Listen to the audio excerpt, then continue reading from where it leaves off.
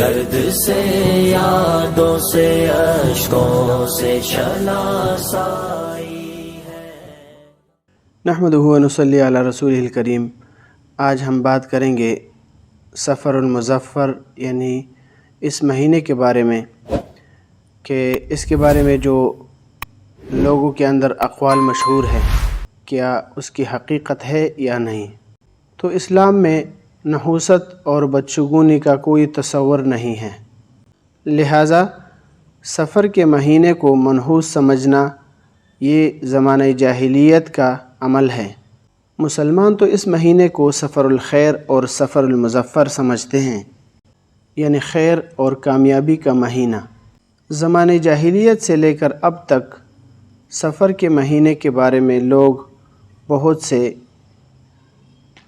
غلط فہمیوں کا شکار ہیں، اور آج اس ترقی یافتہ دور میں اس میں بھی بہت سے لوگ مسلمانوں میں سے ان غلط فہمیوں اور ان توہمات کے شکار ہیں۔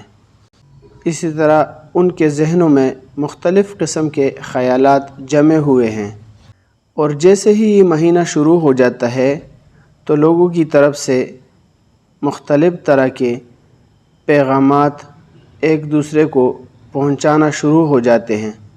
ان باطل نظریات اور عقائد میں سے ماہ صفر کے بارے میں بھی جو غلط توہمات ہیں وہ بھی شامل ہیں۔ آج کل مسلمانوں میں تعلیمی کمی کی وجہ سے ان کے ذہنوں میں یہ توہمات اور یہ غلط عقائد اور باطل باتیں ان کے ذہنوں میں راسخ ہو چکی ہیں، جس کی وجہ سے لوگ صفر کے مہینے کو منحوس سمجھتے ہیں۔ بخاری شریف میں حضرت ابو ہریرہ رضی اللہ عنہ سے روایت ہے کہ نبی علیہ الصلوۃ والسلام نے ارشاد فرمایا کہ بیماری کا ایک دوسرے کو لگنا، اسی طرح الو کو منحوس سمجھنا، اور اسی طرح صفر کے مہینے کو منحوس سمجھنا، اس کی کوئی حقیقت نہیں ہے۔ حدیث کا نمبر ہے 5717۔ تو اس حدیث میں رسول اللہ صلی اللہ علیہ وآلہ وسلم نے بالکل واضح الفاظ میں توہم پرستی یعنی بیماری کا ایک دوسرے کو لگنا، اسی طرح صفر کے مہینے کو منحوس سمجھنا، اس کی نفی فرمائی ہے۔ لہٰذا کسی وقت اور کسی لمحے میں بھی نحوست اور برائی نہیں ہے۔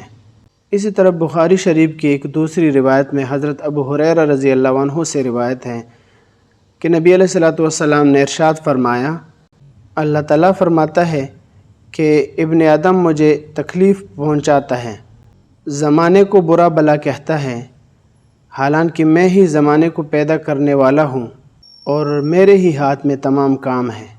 میں جس طرح چاہتا ہوں رات اور دن کو پھیرتا رہتا ہوں۔ حدیث کا نمبر ہے 7491۔ تو لہٰذا پتہ چلا کہ نحوست کی اصل وجہ زمانہ نہیں ہے، نہ کوئی دن منحوس ہے، نہ کوئی مہینہ منحوس ہے، بلکہ نحوست کی اصل ہی وجہ انسان کے اپنے اعمال ہیں۔ جیسا کہ سورہ شورى کے اندر اللہ تعالیٰ کا ارشاد ہے کہ جو مصیبت بھی تم پر پڑتی ہے وہ تمہارے کیے ہوئے اعمال کی وجہ سے پڑتی ہے۔ سورہ شورى آیت نمبر 30۔